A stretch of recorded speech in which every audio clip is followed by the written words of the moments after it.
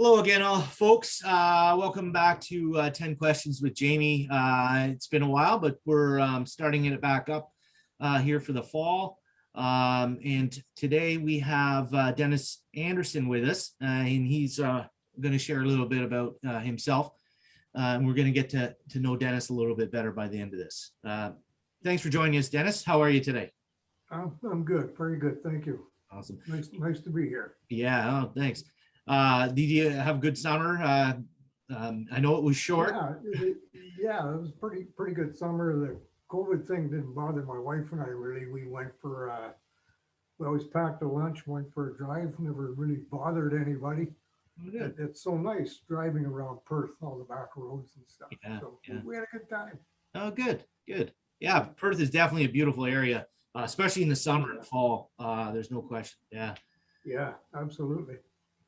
Well, Dennis, speaking of you, where were you born, Dennis? I was born in Oshawa.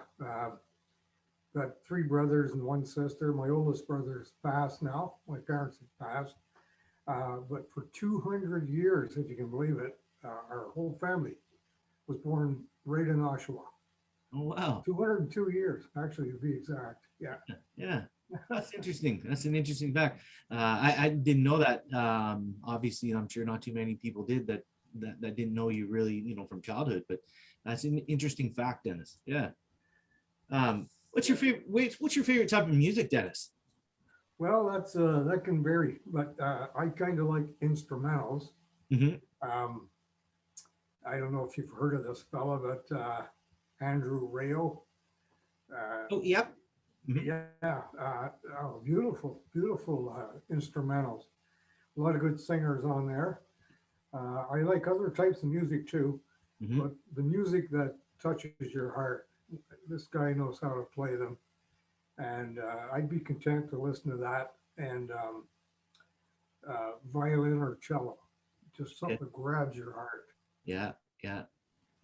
Something you can unwind to at the end of the day, put something on just in the back and just have it play and add some relaxation to your life, right? Yeah. We used to listen to a lot of 50s, because I was born in 1949. Right. So heck, I'll be 72 on the 20th. I guess by the time this reaches, I will be 72. Yeah. But yeah, we used to listen to a lot of that doo-wop stuff. Yeah. Oh, neat. But I tell you, we thought it was crazy then, but nowadays it's calm. Yeah. It's funny how things transition, eh? Yeah, it sure is. Mm-hmm. Yeah. Mm-hmm. Dennis, you had mentioned your family had been in the Oshawa area for 200 years, which is a very interesting fact. But would you have a favorite childhood memory growing up? Yeah, my dad's side was, we had an uncle, Uncle Jack. Mm-hmm. He was my dad's uncle. And he lived in a little place called Dwight, outside of Huntsville. Okay. And he was a prospector. Mm-hmm. So, like a gold prospector all his life. Okay. He seemed old to us. He was only in his 60s. Right. But we used to go through the woods and look for bear tracks. But kind of crazy as kids, I guess. Right. And we'd follow the tracks and try to see if we could see the bear. Right. I thought that was just great, Yeah. Because he's not afraid of bears. He always had stories about bears, but probably stories. Mm-hmm. And I always remember those times walking in the woods with my brothers. Yeah. I love it in the woods. Yeah. It's neat. It's unfortunate you don't see a terrible amount of time spent outdoors, these days, especially certainly in the last few years with COVID and everything that went on. But as a young child, outdoors offered so much, in childhood, running around. Yeah, that's right. When we went to school, we played baseball and I guess things they don't allow nowadays, and we had snowball fights with the other grades. And, you'd pack them like ice balls and get hit in the head, and didn't matter. Didn't have the helmets for bicycles. I rode my bicycle to school in the winter time. Mm-hmm. Yeah. I've slipped a lot of times. Oh, right. is a different. Just Yeah, totally yeah, different times, different times. different. Um, Dennis, I have a personal, here's a personal question for you, in terms of, this can apply to books, movies, whatever, but would you have a preference between fiction and nonfiction, when you are either, reading a book or watching a movie? Definitely nonfiction. Nonfiction, Yeah, if it's fiction, um, I'm not as interested in that. I right? mean, I know when they do nonfiction, it's a story, Yeah, but it has some truth to it. I love nonfiction. right, right. Oh, neat. Okay. Going back as a small child, Dennis, what did you want to be when you were a young child? Was there anything that Yeah, wanted to be when you grew up? yeah, I get this one. I wanted to be a criminal lawyer. Oh, wow. Couldn't be Yeah, a lawyer, so I became a criminal. yeah. It took the Well, I, bypass. Okay. yeah, that's what I want to do murder cases. I always watch this Perry Mason show, Yeah, yeah. I used but I used I to didn't watch wind up getting Matlock. I used to Matlock. Yeah, Matlock. Yeah, I used to love that as a young child. yeah, I didn't never want to be a criminal lawyer, but I did enjoy the show. Yeah, with Matlock. yeah. I Mhm, didn't realize there was so much studying to it, and I couldn't mhm. afford it anyway. Yeah, My life was a little different than some. I didn't grow up as a Christian. right. That's another story. Yeah. Yeah. Oh, okay. Well, Dennis, if you could choose to do anything for a day, what would you choose to do, Dennis? Well, I guess this would be fiction, believe it or not, but I like to travel back in time, Yeah, like 1600s, 1700s, 1800s, to see how it really was, yeah, and just float around. Nobody can see me. yeah, I mean, I'd love to do that. yeah, Maybe 1900 would be good to see how all the automation and ideas yeah. came to be. Yeah, that would be interesting. It's Just being around that environment at that time and just seeing what the normal was, oh in that yeah, time frame, would be astonishing in itself. Uh, yeah, oh yeah, it would. yeah, Yeah, yeah. Okay. Now moving on to some biblical questions for yeah. you, Dennis. What is your favorite Bible verse? It's the first one I learned. Um, I never learned it till I was saved, which I was 30 years old when I was born again. Hmm. That's over 40 years now. Yeah. It was Proverbs 3:5. Okay. Yeah. Lean not to thine own understanding. Yep. First acknowledge him.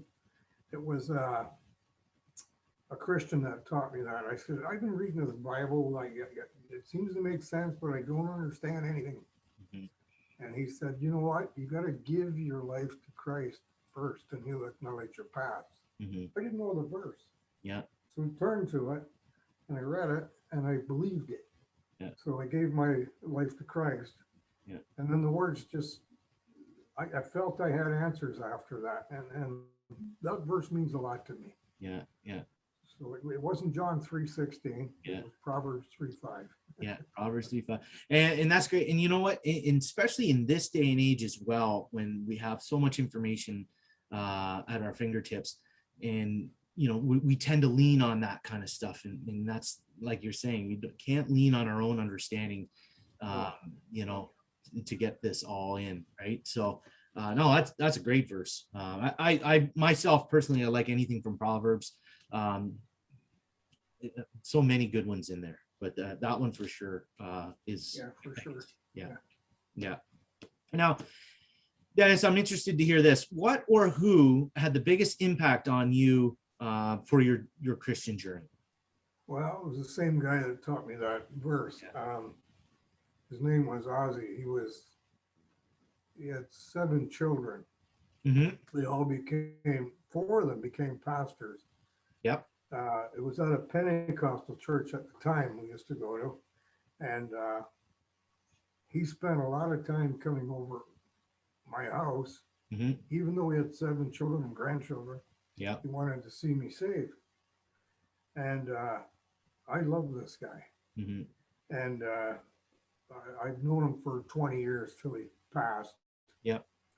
and he was the inspiration. My wife came to know the Lord a week later after me. Right. I mean, we had quite a life, I'll tell you.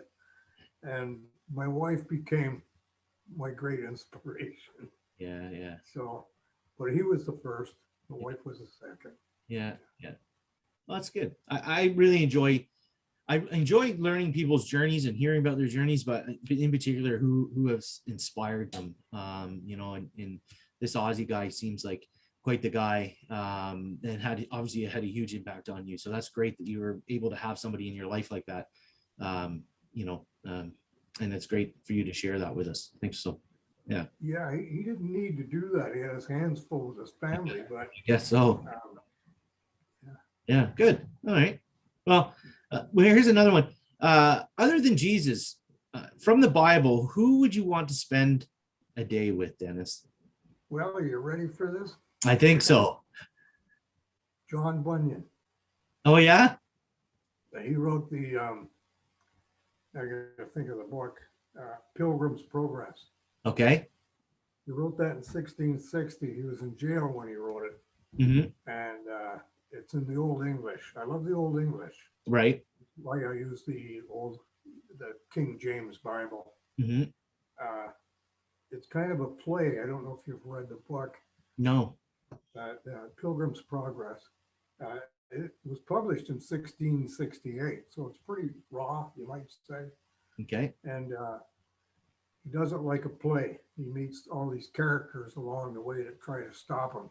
He's Right. going to the Golden City. Okay. That's heaven, you know. Yeah. And he's on a journey. My favorite part of that book is he's carrying this burden on his back. You got to know the story. Mm-hmm. Well, that's all the cares of the world. Right. Right. It comes to the cross. Yeah. No, the cross was going to be there. Yeah. And he looked up and he wept. And then the burden fell off his back. Yeah. And he was happy and the tears were coming down his eyes. Of course, he goes along his way. I won't give you the whole book. Right. And he meets all these worldly wise men and all this stuff. Yeah. It's a wonderful book. Awesome. Yeah. Well, I love the reference in there too, as well, because how true is that, and to release those burdens to come to the cross. And, Well, I think he'd be a great guy to spend a day with. yeah. Yeah. Because he was a real Christian, but he was a criminal before that. Right. Right. I wasn't a criminal, but I mean. Yeah. Yeah. Yeah. No, I get it. Yeah. Yeah. Okay. Yeah. I see that. I see. Now, before we say goodbye here, Dennis, I would ask you, would you have an encouraging message that you would like to pass on to the next generation? Yeah, I think so. Christianity today is tough because we're in the end times. Mm-hmm. My kids, my grandkids are going to have a harder time, I believe, Mm-hmm. because going to church and being a Christian, we're getting more persecuted. And it's not so bad here in Canada, really, but it can creep in. Right. And it's going to be tough to be a Christian. So they have to learn to really hang on to their faith. Mm-hmm. More so than when I was a kid. But over 80% of the people on our street went to church. Right. Mm-hmm. Now we're lucky if it's even 80-20 now. Yeah. And you had mentioned persecution too, which it is different here in the Western world and in Canada, but there is still a sense of persecution, and it certainly isn't to the extent of what we see globally. And it can get pretty intense to what they do to Christians around the world, but there is still a level of persecution here, and it's unfortunate, but just like you said, these things are going to happen, and what we can do is Dad, to your great message, is just hold on to the faith and continue and be the best Christian you can be. Right? Yeah, that's right. It's all you can do. Yeah. Excellent. Well, Dennis, thank you for joining us today. I really appreciated getting to know you a little bit better. I'm sure many of our viewers will share the same thoughts, but again, thank you again, taking the time out. I also want to thank the viewers again for coming back, viewing it, and we're excited to share this aspect. So. Yeah. Well, thanks, Jamie, for thinking about me, for asking me. Mhm. It's been a pleasure. Awesome. Well, thank you again, Dennis. Thank you all. God bless. Until next time. Bye-bye. Bye now.